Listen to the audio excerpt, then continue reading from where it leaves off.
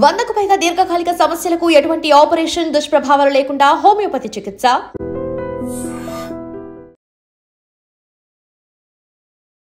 Hi hello నమస్తే, welcome back to I dream media. నేపాల్లో ఏం జరుగుతుందో తెలుసా? సోషల్ మీడియా బ్యాన్ చేశారని మాత్రమే అక్కడ ధర్నాలు, రాస్తా రోకోలు, అంతేకాకుండా మంట పెట్టి మరి అక్కడ పార్లమెంట్ ని అడ్డించేశారని చెప్పేసి వార్తలు వస్తూ ఉన్నాయి. కానీ సోషల్ మీడియా బ్యాన్ మాత్రమే కాదు, అక్కడ యువత హక్కుల్ని ఆపేస్తున్నారు, అడ్డుకుంటున్నారని చెప్పేసి వార్తలు కూడా వినిపిస్తున్నాయి. మరో పక్క అసలు నేపాల్లో ఏం జరుగుతుంది, అక్కడ ప్రైమ్ మినిస్టర్ రిజైన్ ఇచ్చే వరకు ఏం జరిగింది, అంతేకాకుండా తన వైఫ్ నిన్న అగ్ని మంటల్లో పడి చనిపోవడం కూడా జరిగింది అనమాట. అయితే వీటన్నిటికి గల కారణాలు ఏంటి, అసలు ఏం జరుగుతుందని తెలుసుకుందాం. దీన్ని మనకి ఎక్స్ప్లెయిన్ చేయబోతున్నారు హైకోర్టు అడ్వకేట్ అయిన ఎడ్విన్ కేదాసి గారు. సార్తో మాట్లాడదాం. నమస్కారం సార్. హలో విరాట్. యువత పోరాటం మొదలు పెడితే ఎంత దారుణంగా ఉంటుంది అనడానికి ఈ నేపాల్లో ఇప్పుడు జరుగుతున్న సిచ్యువేషన్ అనేది ఒక బెస్ట్ ఎగ్జాంపుల్ అని చెప్పొచ్చేమో. ఎందుకంటే మంటల్లో కాల్ చేస్తున్నారు, బస్సుల్ని, చాలా చాలా అంతస్తులని, అంతేకాకుండా ఆ మంటల్లో మనుషులు కూడా కాలిపోతున్నారు. నేపాల్ ప్రైమ్ మినిస్టర్ భార్య ఆ మంటల్లో పడి చనిపోవడం కూడా జరిగింది. అండ్ దీనికి మొత్తానికి కారణం ఆ ప్రైమ్ మినిస్టర్, వాళ్ళ ఎమ్మెల్యేలు అని చెప్పేసి కొంతమంది చెప్తా ఉన్నారు. అసలు ఏం జరుగుతుంది నేపాల్లో, ఈ ఇష్యూ ఏంటి? విరాట్, ఎప్పుడైనా కూడా దేశంలో యువత క్వైట్గా ఉన్నంత వరకే ఏ దేశమైనా స్టేబుల్గా ఉంటుంది విరాట్. ఇది ఎందుకంటే ఇది ఇప్పుడు కాదు, కొన్ని సంవత్సరాల క్రితము ఒక ఫేమస్ న్యూస్ పేపర్లో ఎడిటోరియల్ వచ్చింది.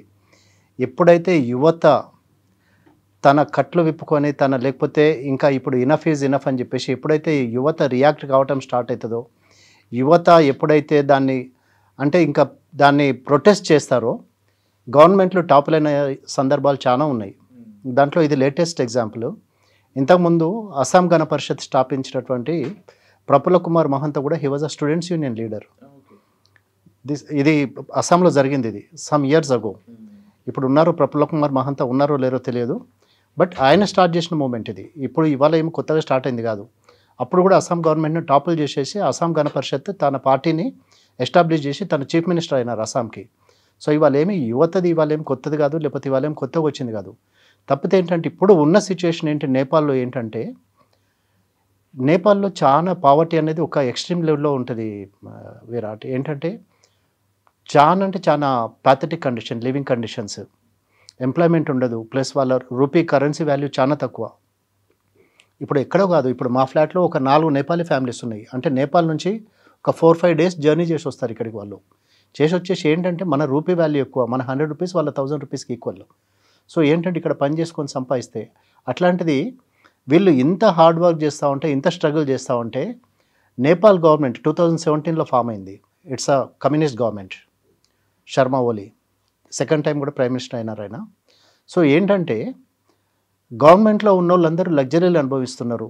వాళ్ళు ఒక్కలే కాదు, మినిస్టర్స్ కానీ, ఎమ్మెల్యేస్ కానీ, ఎంపీస్ కానీ, లేకపోతే గవర్నమెంట్ బ్యూరోక్రాట్స్ కానీ, వీళ్ళు ఒక్కలే ఎంజాయ్ చేస్తున్నారు. వాళ్ళు ఒక్కలే కాక వాళ్ళ ఫ్యామిలీస్. ఇట్లా ఒక వీడియో క్లిప్పింగ్ రావటం జరిగింది. దాంట్లో ఏంటంటే లగ్జరీ వాచెస్, అబ్రాడ్ ట్రిప్స్, అక్కడ లగ్జరీగా లైఫ్ లీడ్ చేయటము. సో యువత ఏం చేసిందంటే దీన్ని క్వశ్చన్ చేయటం స్టార్ట్ చేసింది. హమీ నేపాల్ అనే ఒక ఆర్గనైజేషన్ ఉంది, యంగర్ జనరేషన్ స్టార్ట్ చేసిన ఆర్గనైజేషన్. వాళ్ళు క్వశ్చన్ చేయటం స్టార్ట్ చేసినారు. స్టార్ట్ చేసేసి ప్రొటెస్ట్ చేయటం స్టార్ట్ చేసినారు. అక్కడ నుంచి వీళ్ళు చేసే ప్రతి ఒక్కటి, వీళ్ళ నెపోటిజం, వీళ్ళ పిల్లలు ఏదైతే చేస్తున్నారు, వాళ్ళ గ్రాండ్ చిల్డ్రన్ ఏం చేస్తున్నారు, అసలు అక్కడ ఏం జరుగుతుంది, ఎంత డబ్బులు అమాస్ చేస్తున్నారు, ఎంత లగ్జరీగా బ్రతుకుతున్నారు అని చెప్పేసి దాన్ని అంతా వీళ్ళు సోషల్ పోస్ట్లో ట్యాగ్ చేయడం స్టార్ట్ చేసినారు సోషల్ మీడియా త్రూ. ఎప్పుడైతే అది స్టార్ట్ చేసినారో గవర్నమెంట్ ఏం చేసిందంటే సెప్టెంబర్ 4th నాడు వీళ్ళు ఇట్లా చేసుకుంటూ పోతే ఈ ప్రొటెస్ట్ ఇంకా పెరుగుతుంది, ఇది ఇంకా ఎక్కువవుతుంది అనే ఉద్దేశంతో ఏంటంటే దీనికి మా దగ్గర నడిచే సోషల్ మీడియా ప్లాట్ఫామ్స్ అన్ని సుప్రీంకోర్టు పర్మిషన్ ఉండాలా, మాకు పాయింట్ ఆఫ్ కాంటాక్ట్ ఒకటి కావాలని చెప్పేసి ఆ రీజన్ తీసుకొని, ఇది చెప్పకుండా ఇక్కడ వీళ్ళకి పర్మిషన్ లేదు సోషల్ మీడియా ప్లాట్ఫామ్స్ ఇక్కడ నడవటానికి ప్లాట్ఫామ్స్. సో దాన్ని బ్యాన్ చేస్తున్నామని చెప్పేసి సెప్టెంబర్ 4th రోజు దాన్ని బ్యాన్ చేయడం జరిగింది. టోటలీ 26 ప్లాట్ఫామ్స్ని బ్యాన్ చేశారు. 26 ప్లాట్ఫామ్స్, ట్విట్టర్ కానీ, ఫేస్బుక్ కానీ, వాట్సాప్ కానీ, లేకపోతే స్నాప్చాట్ కానీ, ఇంకా ఎక్స్ కానీ, ఇట్లాంటివన్నీ 26 ప్లాట్ఫామ్స్ బ్యాన్ చేయడంతో ఇంకా ఒకనొక మూమెంట్లో ఏంటంటే ఇంకా out of frustration, out of anger ఇంకా వీళ్ళు తట్టుకోలేకపోయినారు. అంటే ఒకప్పుడు ఆర్టికల్స్, న్యూస్ ఆర్టికల్స్ అలాంటివి ఎలా అయితే ఫ్రీడమ్ ఆఫ్ స్పీచ్ కింద చూసేవాళ్ళం, ఇప్పుడు దీన్ని సోషల్ మీడియా అంటే ఒకటి అంటే freedom of expression, freedom of knowledge కూడా అనుకోవచ్చు కదా విరాట్. ఏంటంటే ఇప్పుడు నాలెడ్జ్ కూడా షేర్ అవుతుంది కదా. ఇప్పుడు ఏది కావాలన్నా కూడా మీరు అక్రాస్ ద టేబుల్ కూర్చొని మీరు కొడితే మీకు అంత ఇన్ఫర్మేషన్ మీ చేతిలో వచ్చేస్తుంది కదా. సో ఎంప్లాయ్మెంట్ కోసం వాడుకోవచ్చు, లేకపోతే ఇన్ఫర్మేషన్ కోసం వాడుకోవచ్చు. అట్లాంటప్పుడు డిక్టేటర్ టర్మ్స్లో దాన్ని డిక్టేట్ చేస్తా అని చెప్పేసి దాన్ని సోషల్ మీడియా ప్లాట్ఫామ్ని ఎప్పుడైతే వీళ్ళు ఇది చేశారో అప్పటి నుంచి ఇంకా యువత ఇంకా తిరుగుబాటు ఎక్కువైపోయింది. అంటే అలా చూడాలని ముందు ఇప్పుడు గవర్నమెంట్ కూడా స్టూడెంట్స్ చెడిపోతున్నారు వాళ్ళ. ఇప్పుడు గవర్నమెంట్ రీజన్ తీసుకునేది ఏంటంటే ఆ బెట్టింగ్ యాప్స్ నడుస్తున్నాయి, ప్లస్ ఇది దాని మీద మన సోషల్ ప్రమోషన్స్ ఎక్కువైపోయి కరప్షన్ ఎక్కువ పెరుగుతూ ఉంది అని చెప్పేసి గవర్నమెంట్ తీసుకుంది. యాక్చువల్గా ఏంటంటే గవర్నమెంట్ ఈ ప్రొటెస్ట్ని సప్రెస్ చేయాలని చెప్పేసి చూసింది విరాట్. సప్రెస్ చేయాలని చూసేసి ఒక డ్రాస్టిక్ డెసిషన్ తీసుకుంది. కానీ అదే ఈరోజు మొత్తం వాళ్ళ హనుమంతుడి తోక తగలబెట్టేసి మొత్తం ఇది చేసుకున్నట్టు వాళ్ళు ఇది చేసుకున్నారు అంతే తప్ప వాళ్ళ గొయ్యి దవ్వుకొని వాళ్ళే కూర్చున్నారు. అంటే మీరు ఇక్కడ ఇంకొక పాయింట్ చెప్పండి. ఇప్పుడు నా ఇష్టం వచ్చినట్టు బస్సులు తగలబెట్టేస్తాను, ఇల్లు తగలబెట్టేస్తానంటే ఎందుకు ఊరుకుంటున్నారు గవర్నమెంట్ మాత్రం? ఇప్పుడు ప్రైమ్ మినిస్టర్ తప్పు అయి ఉండొచ్చు సోషల్ మీడియా బ్యాన్ చేయడం అనేది, కానీ అలా చేశారని చెప్పేసి నేను కూడా వెళ్ళి గొప్ప పని ఏం చేయలేదు కదా, నేను చేసింది. కానీ ఇక్కడ పాయింట్ ఏంటంటే విరాట్, ఇప్పుడు అక్కడ బ్రూటల్గా వీళ్ళు బుల్లెట్స్ వర్షం కురిపించారు విరాట్. 20 మంది స్టూడెంట్స్, ఒక స్టూడెంట్ని అయితే ఇట్లా పాయింట్ బ్లాంక్గా కాల్చేశారు, ఒక స్కూల్ గోయింగ్ స్టూడెంట్ని. అది ఎంతవరకు కరెక్ట్? ఇప్పుడు మీరు చేసేదే తప్పు. ఫస్ట్ ఆఫ్ ఆల్ మీరు ఇప్పుడు వీళ్ళు వార్న్ చేస్తున్నారు, లేకపోతే కరెక్ట్ చేసుకోమని అంటున్నారు, కానీ మీరు ఎక్కడ కరెక్ట్ చేసుకోలేదు కదా. ఇప్పుడు ఇది ఒకటి ఫస్ట్ ఎగ్జాంపుల్ కాదు కదా విరాట్. ఇంతకుముందు same thing happened in Sri Lanka, same thing happened in ఇక్కడ మన బంగ్లాదేశ్లో సేమ్ ఇదే కదా. పార్లమెంట్ని తగలబెట్టినారు, మన మీడియా హౌస్ ఇప్పుడైతే మన కాఠ్మండు నేపాల్లో అయితే ఒక మంచి ఫేమస్ మీడియా హౌస్ని తగలబెట్టేశారు. సో ఏంటంటే ఎప్పుడైనా కూడా గవర్నమెంట్ సరిదిద్దు చర్యలు తీసుకోకుండా ఇట్లా ప్రొటెస్ట్ని నేను సపరేట్ చేస్తా, మిలిటరీని యూజ్ చేస్తా ఎట్ ఆ పాయింట్ ఆఫ్ టైం ఇప్పుడు ఏమంటున్నారంటే మిలిటరీ కూడా పారిపోయే పరిస్థితికి వచ్చింది నేపాల్లో. ఏంటంటే ఇక్కడ ఎవరో ముందుండి లేకపోతే ఏదో సెల్ఫిష్ గెయిన్స్ కోసం కాదు కదా విరాట్. ఇక్కడ ఇప్పుడు ఏంటంటే వాళ్ళకు ప్రభుత్వం మీద ఉన్న వ్యతిరేకతతోటి ఇంకా ఈ కాన్బర్ట్ సిచ్యుయేషన్లో ఏం చేస్తారు చెప్పండి. ఇప్పుడు నదినైనా కూడా ఒక సర్టన్ ఏజ్ వరకే మీరు నీళ్ళని ఆపగలరు, కానీ తర్వాత ఒకసారి వరద కట్టలు తెంచుకున్న తర్వాత ఓవర్ఫ్లో అయి పారుతూనే ఉంటుంది. అంటే ఇప్పుడు ఈ యూత్ చేసిన పని తప్ప కాదంటారా మీరు? ఎందుకంటే నిజంగా ఈ సిచ్యువేషన్ మొత్తం క్రియేట్ చేసిన ప్రైమ్ మినిస్టర్ బాగానే ఉన్నాడు, రిజైన్ చేసి వేరే కంట్రీకి వెళ్ళిపోవడానికి కూడా రెడీగా ఉన్నాడు అని చెప్పేసి వార్తలు వస్తున్నాయి. ఆల్రెడీ పారిపోయి ఉంటాడు విరాట్, అక్కడ ఏం ఉన్నాడని కూడా ఏం గ్యారంటీ లేదు. ఇప్పుడు ఆయన భార్య చచ్చిపోయినా కూడా చూసే పరిస్థితి లేదు. ఫైనాన్స్ మినిస్టర్ని తరిమారు రోడ్ల మీద. ఏంటంటే ఇప్పుడు ఒక విపరీతమైన యాంగర్ విరాట్, అది అంతే తప్ప అంటే ఇది ఏంటంటే గవర్నమెంట్ టాపిల్ చేయాలి, ఇంకా వీళ్ళతోటి మాకు ఏమి కాదు అనే ఇప్పుడు గవర్నమెంట్కి ఎప్పటి నుంచో వీళ్ళు అలారం చేస్తున్నారు, వార్న్ చేస్తున్నారు. లాస్ట్ 1 year నుంచి నడుస్తుంది ఇదంతా హమీ నేపాల్ అనే ఆర్గనైజేషన్ తోటి. మరి గవర్నమెంట్ ఎందుకు సెటరేట్ చేసుకోలేదు? ఇప్పుడు ఈరోజు ఎక్స్ట్రీమ్ ఎండ్కి వచ్చిన తర్వాత వాళ్ళు మొత్తం అన్ని చేతిలోకి తీసుకున్న తర్వాత మిలిటరీ కొత్త అధికారులను కొత్త గవర్నమెంట్ను ఫామ్ చేయాలని చెప్పేసి అంటుంది. మిలిటరీ ఏమంటుంది, మీకు ఉన్న గవర్నమెంట్లో ఎంతమంది ఉన్నారో అంతమంది రిజైన్ చేసే వరకు ఎవరిని ఎట్టుపోనియొద్దు. సుప్రీంకోర్టు చీఫ్ జస్టిస్ కూడా తను రోడ్ల మీదకి వచ్చేసి చెప్పింది, ఈ గవర్నమెంట్లో ఉన్న వాళ్ళని ఎవరిని ఒకళ్ళని కూడా బయటికి పోనియొద్దు, వీళ్ళని బయటికి పోనిస్తే మనము దీనికి ఆన్సరబుల్ వీళ్ళు ఎవరు ఉండరు, సో వీళ్ళందరూ ఆన్సరబుల్ కాబట్టి వీళ్ళను we should not let them go అని చెప్పేసి తను బయటకు వచ్చి చెప్పింది. సో వాళ్ళు చేసింది రైటా కాదని చెప్పేసి మనం ఇప్పుడు వాళ్ళని జడ్జి చేసే పరిస్థితి కాదు విరాట్. ఇక్కడ ఏంటంటే వాళ్ళ ఫ్రస్ట్రేషన్ పీక్స్కి వెళ్ళిపోయి ఇంకా వాళ్ళతోటి ఇంకా కాన్వర్ట్ సిచ్యుయేషన్లో ఎప్పుడైనా కూడా అదే జరుగుతుంది. ఏంటనేది అంటే ఇప్పుడు ఒక పిల్లినైనా కూడా మీరు రూమ్ లేసి కొట్టండి, లాస్ట్ మినిట్లో ఏం చేస్తుంది అంటే మీ నెక్ ఇది పట్టుకోవటానికి ట్రై చేస్తుంది, ఓసిఫైగస్. ఏంటి అంటే ఇంకా కాన్వర్ట్ సిచ్యుయేషన్. ఇప్పుడు వీళ్ళ పరిస్థితి కూడా అక్కడికే వచ్చింది. తప్పు చేసింది అక్కడ యూత్, సరే దానికి తగ్గట్టు వేరేలా ప్రొటెస్ట్ చేయాలి. స్టూడెంట్స్ని ఇంతమందిని చంపేసే రైట్ ఎవరిచ్చారు? అంత బ్రూటల్గా ఎందుకు చంపాలి? ఈ హోల్ సినారియోకి బాధ్యత తీసుకునేది ఎవరు? దీనికి సరైన సొల్యూషన్ ఇచ్చేది ఎవరు? ఇప్పుడు ఈ గొడవలు ఇంకా ఇలా అయితే ఇప్పుడు ఒకటి విరాట్, ఇప్పుడు దాంట్లో ఎవరు కూడా మాకు పవర్ కావాలి లేకపోతే మేము పవర్ కోసం ఫైట్ చేస్తున్నామని ఎవరు అంటలేరు, ఎవరు క్లెయిమ్ చేయట్లేదు.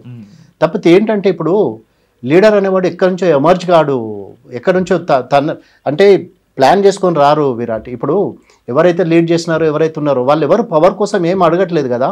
మాకు ఒక స్టేబుల్ గవర్నమెంట్ కావాలా, లేకపోతే మంచి పాలన కావాలి, లేకపోతే మంచి రూలర్స్ కావాలని అంటున్నారు. కానీ వాళ్ళ డిమాండ్స్ ఏం లేవు కదా. మాకు ఎంప్లాయ్మెంట్ కావాలా, కరప్షన్ ఫ్రీ కావాలి, మాకు లేకపోతే ఉన్న ఫెసిలిటీస్ ఇంప్రూవ్ చేయాలి. ఇప్పుడు అక్కడ చూస్తే చాలా పవర్టీ, చాలా బాధ అనిపిస్తుంది విరాట్. ఒక్కొక్కసారి వీడియోస్ చూస్తే చాలా బాధ అనిపిస్తుంది. అప్పుడప్పుడు నేను మా మేట్స్ తోటి మాట్లాడుతుంటే వాళ్ళు చెప్తారు హమారా లైఫ్ హైసా హైసాబ్ అని. మరి బుల్లెట్లు కాల్చిన ప్రభుత్వాన్ని క్వశ్చన్ చేసేది ఎవరు? ఇప్పుడు కేవలం యూత్ వాళ్ళని చూస్తున్నట్లయితే వాళ్ళు పీస్ఫుల్ ప్రొటెస్ట్ కాకుండా మిగిలిన గవర్నమెంట్ సంబంధించి అంటే గవర్నమెంట్ నథింగ్ బట్ ప్రజలే అనుకుంటే అంటే వాళ్ళవే ఆస్తులు కాల్చుకుంటా పోతున్నారు. శిక్ష పడాల్సిన వాళ్ళేమో రిజైన్ చేసి బయట కంట్రీలు పారిపోతా ఉన్నారు. ఇక నెక్స్ట్ ఏం జరుగుద్ది అక్కడ? ఇప్పుడు గవర్నమెంట్ వేరే గవర్నమెంట్ వస్తుంది విరాట్. ఇప్పుడు ఆర్మీ చేతిలోకి తీసుకుంది, ఇప్పుడు ఉన్న సిచ్యువేషన్లో ఆర్మీ చేతిలోకి తీసుకుంది. ఇప్పుడు కానీ ఇక్కడ స్టూడెంట్స్ ఏం డిమాండ్ చేస్తున్నారంటే we need a good leader, మాకు మంచి లీడర్షిప్ కావాలి, మంచిది కావాలంటున్నారు.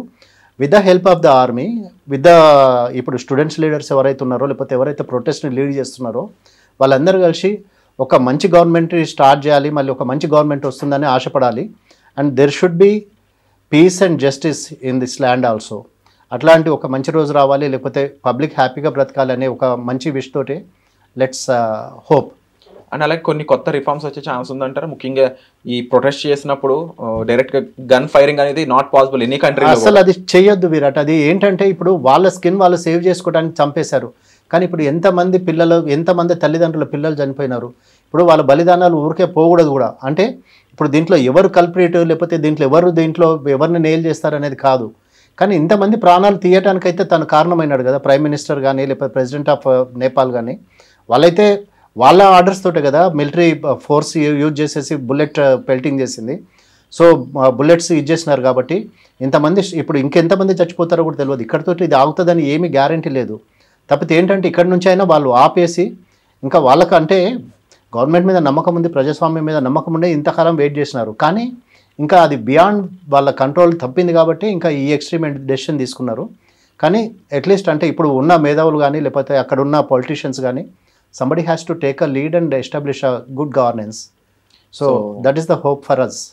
ఒక బెటర్ సొల్యూషన్ కోసం అయితే ప్రతి కంట్రీ, ప్రతి యువకుడు చూస్తూనే ఉంటాడు. అండ్ ఇలా గన్ ఫైరింగ్ అయి ఉండొచ్చు, లేదంటే స్టూడెంట్స్ ఆస్తులను తగలబెట్టడం అయి ఉండొచ్చు. రెండు కూడా నష్టానికి దారితీసేవి తప్ప సొల్యూషన్ తీసుకొచ్చే ప్రయత్నాలు అయితే కాదు అనేది మా ముఖ్య ఉద్దేశం. బట్ సార్ చెప్పినట్టుగా ఇక్కడ చూసుకున్నట్లయితే పీస్ఫుల్ ప్రొటెస్ట్ని పూర్తిగా హింసాత్మకంగా మార్చిన గవర్నమెంట్ ఏదైతే ఉందో అది తప్పకుండా నేలకూలడం మాత్రం జరుగుతుంది. కూలిపోయింది విరాట్. అక్కడ ఏం లేదు, ఇంకా there is no government buildings అన్ని తగలబడిపోయినాయి.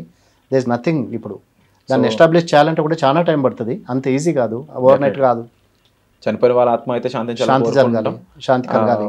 మీ అభిప్రాయాలు కూడా తప్పకుండా కామెంట్ సెక్షన్లో మెన్షన్ చేయండి. వచ్చే ఎపిసోడ్లో మళ్ళీ కలుద్దాం. Thank you so much. నిజంగా ప్రస్తుతం ఉన్నటువంటి సమాజం దేనికి ప్రయారిటీ ఇస్తుంది? ఆర్థిక సంబంధాల చుట్టూ మాత్రమే తిరుగుతుంది. మళ్ళీ ఎన్నికలంగానే చాలా విరక్తి కలుగుతాం. మంచి అనిపిస్తుంది కదా, లేడీస్ కూడా ఛాలెంజింగ్ జాబ్స్ చేసినప్పుడు చాలా బాగుంటది. ట్రాఫిక్ అసిస్టెంట్స్ గా నియమించిన ట్రాన్స్జెండర్స్ అందరితో సాల్యూట్ చేయించుకుంటున్నారు. ఫుడ్ డెలివరీ ఇవ్వటానికి వెళ్ళినటువంటి డెలివరీ బాయ్ అనిల్ పై కళ్ళ ముందు పెళ్ళండి